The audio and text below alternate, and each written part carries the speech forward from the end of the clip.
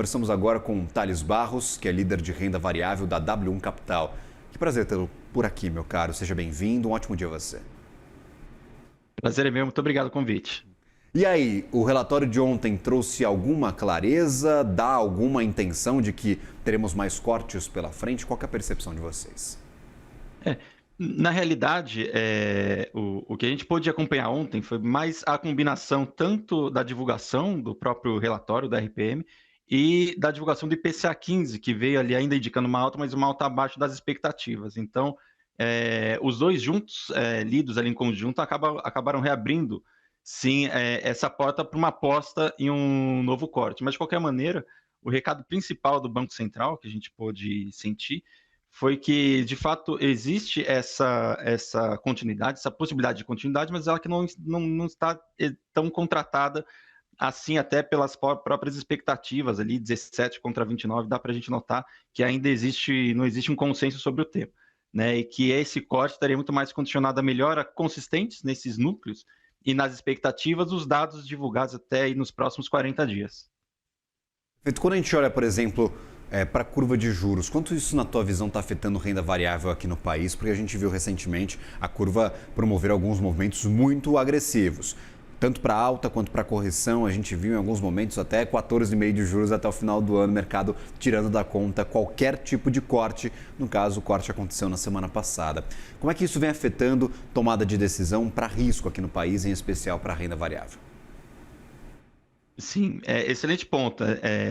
Essa oscilação da curva de juros, né, dos juros futuros, como você trouxe, ela nada mais é do que um retrato da ausência de consenso sobre quanto deverá ser os juros terminal nos respectivos vencimentos. Mas o que a gente pôde ver ontem foi, no primeiro momento, uma reação bem positiva, né, mas com um fôlego talvez contido, né? A Selic baixa, ela acaba deixando o custo do dinheiro relativamente menor, né, reduzindo ali a taxa de desconto das empresas ao analisar um eventual preço-alvo de qualquer ativo negociado em bolsa. Isso daí acaba renovando as expectativas para o mercado e refletindo assim uma expectativa de melhora no lucro das empresas.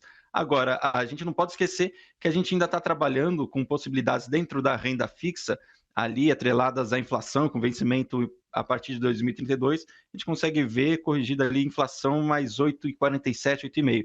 Então a bolsa ainda segue bastante incerta e ali competindo bastante com a renda fixa, que segue bastante atrativa. Perfeito. E esse cenário, ele deve perdurar. Eu acabei de trazer as projeções, para o final deste ano é 14%, para o final do ano que vem 12%, juro em 12%.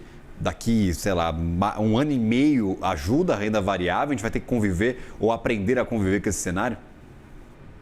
Sim, com certeza, né? Mas o que eu acho que vale a pena aqui, talvez uma provocação, um convite e a reflexão, é o quanto que estava sendo projetado a Selic em janeiro para o final desse ano e quanto que está projetada a Selic para o final desse ano aos olhos atuais, dos dias de hoje. Então, eu acredito que a gente ainda tem muita celeuma ao redor desse tema ainda e que a gente pode ver desdobramentos talvez um pouco mais imprevisíveis, considerando ainda os fatos relevantes que tendem a acontecer ao longo desse ano.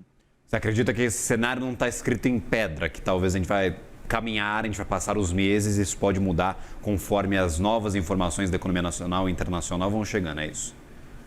Isso, sem dúvida. Eu acho que quando o assunto é renda variável, a gente não pode escrever absolutamente nada em pedra. Então, é mais trabalhar com as expectativas mesmo e tentar ali as equilibrando na medida que a gente vai encontrando algumas janelas de oportunidade ali interessantes.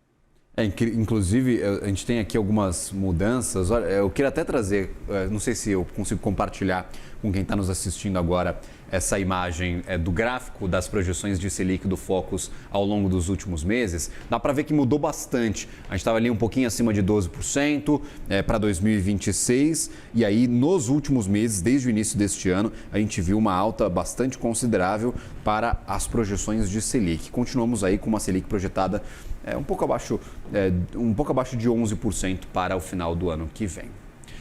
Eu queria entender também se neste cenário, alguma estratégia que é recomendada para os investidores, já que a gente não sabe o que vai acontecer com os juros, o juro está disputando espaço com a renda variável e está ganhando a briga. Quando a gente fala, por exemplo, para a Bolsa de Valores, o que vocês estão prestando atenção, como é que vocês estão lidando com as informações novas e estão montando as estratégias mesmo para os seus clientes? Claro, claro. Em se tratando de bolsa, a gente tem alguns setores talvez com um nível de previsibilidade marginalmente maior, como setores de energia, por exemplo, geração, transmissão e distribuição, né, dada a própria natureza do negócio. Agora, eu acredito também ser prudente a gente começar a preparar terreno para a continuidade desse ciclo de corte de juros. Então, setores que são mais sensíveis a juros menores, né, como varejo, construção civil, ou até mesmo empresas de outros setores, mas que estão hoje com um nível de alavancagem relevante, na medida que os juros caírem, de fato, essas são empresas que costumam liderar essas altas. E em bolsa, nada mais é do que a gente tentar antecipar algum movimento com base nas expectativas atuais. Então, eu olharia muito mais bancos e serviços básicos, né? Bancos por conta dos juros altos, e ainda que ele venha cortar, a gente vai estar falando em juros de 2 dígitos ainda, isso é inevitável aqui para o Brasil. Serviços básicos ali, energia, dada a previsibilidade, e talvez ali construção civil e varejo ou empresas alavancadas para um cenário de continuidade de corte de juros. Viu? Voltando ao evento de ontem, ao relatório de política monetária, a gente viu um Banco Central falando o seguinte: a gente falou demais, a gente explicou muito no comunicado, a gente não deveria explicar esse tanto. A gente falou sobre o que desenhamos, fizemos de projeção, a gente falou de cenário para 2028, isso não tem que estar na comunicação. Falaram que o horizonte relevante não foi alongado e que choque de oferta não é combatido com o Selic mais alto, falando especificamente sobre o Estreito de Hormuz. O próprio Paulo Piketty, que é o diretor de pesquisa econômica, falou: subir juros não vai abrir o Estreito de Hormuz para o petróleo passar. Com esse conjunto de informações, o que a gente dá para, talvez, tecer, traçar de personalidade do Banco Central para as próximas reuniões? Fica mais claro, talvez, o que eles estão buscando agora e qual vai ser a postura para a tomada de decisão de juros? Sim, eu acredito até, assim, se a gente fizer o exercício de voltar alguns anos atrás, de como que era a postura dos bancos centrais, não só do Brasil, mas os principais, principalmente o Fed, por exemplo, de como era ali no contexto pré-pandemia e depois ali com o conflito entre Rússia e Ucrânia, né, eles costumavam ter um guidance muito mais extenso, ou seja, eles costumavam contratar movimentos ali para horizonte de tempo maior, enfim, perspectivos.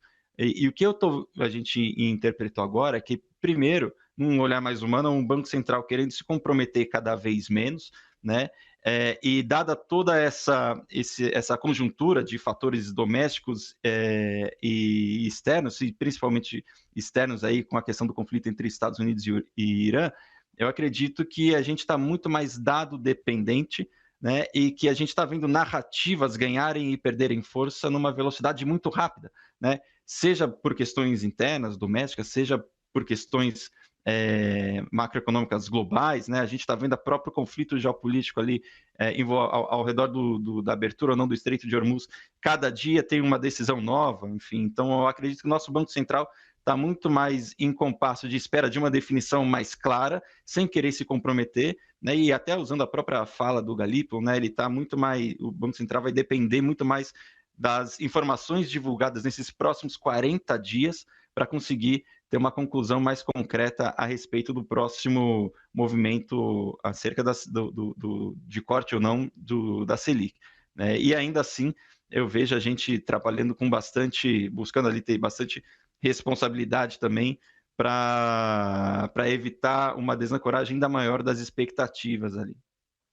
Aguardemos. Obrigado, Thales Barros, líder de renda variável da W1 Capital, pela conversa de hoje. Até uma próxima, meu caro. Um ótimo dia a você. Eu que agradeço igualmente. Valeu.